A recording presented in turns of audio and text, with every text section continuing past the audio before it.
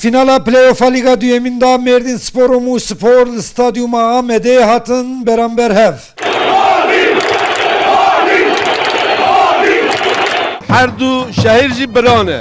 Em yekin Muş, Ahmet, Van, Batman, Iğdır hemû ji bajarê me nin Mêrdî jî birayê me ye. Karşı takım jî takıma me ne başlı be jî. Her du takım jî takımê me ye. Ki qezeş bikiş merfeq nake.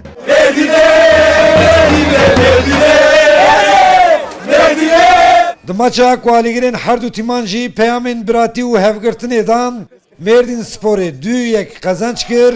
Futbolîst û rêveberên Merdinê bi coşek mezin kupayê bilind kirin û derketina Lîga Yekemîn li hember bi hezaran alîgirê xwe pîroz kirin.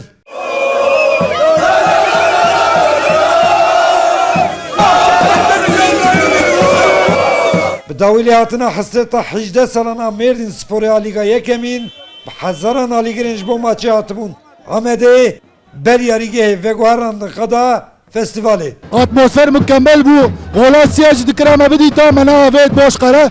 Her du takıma jî tebrik dikim.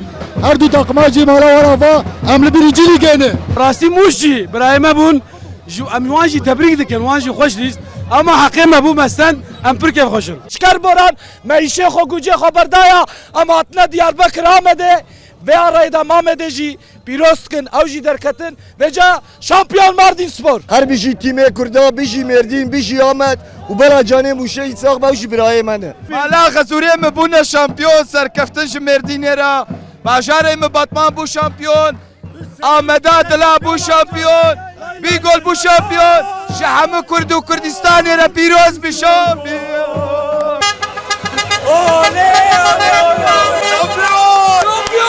Ser xêrê be. Ser çawa, ser sera.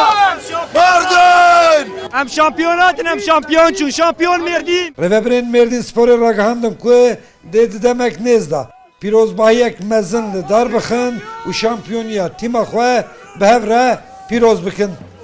Abdülselam Akinci Rûdaw, Ahmet. Şampiyon Mardin Spor.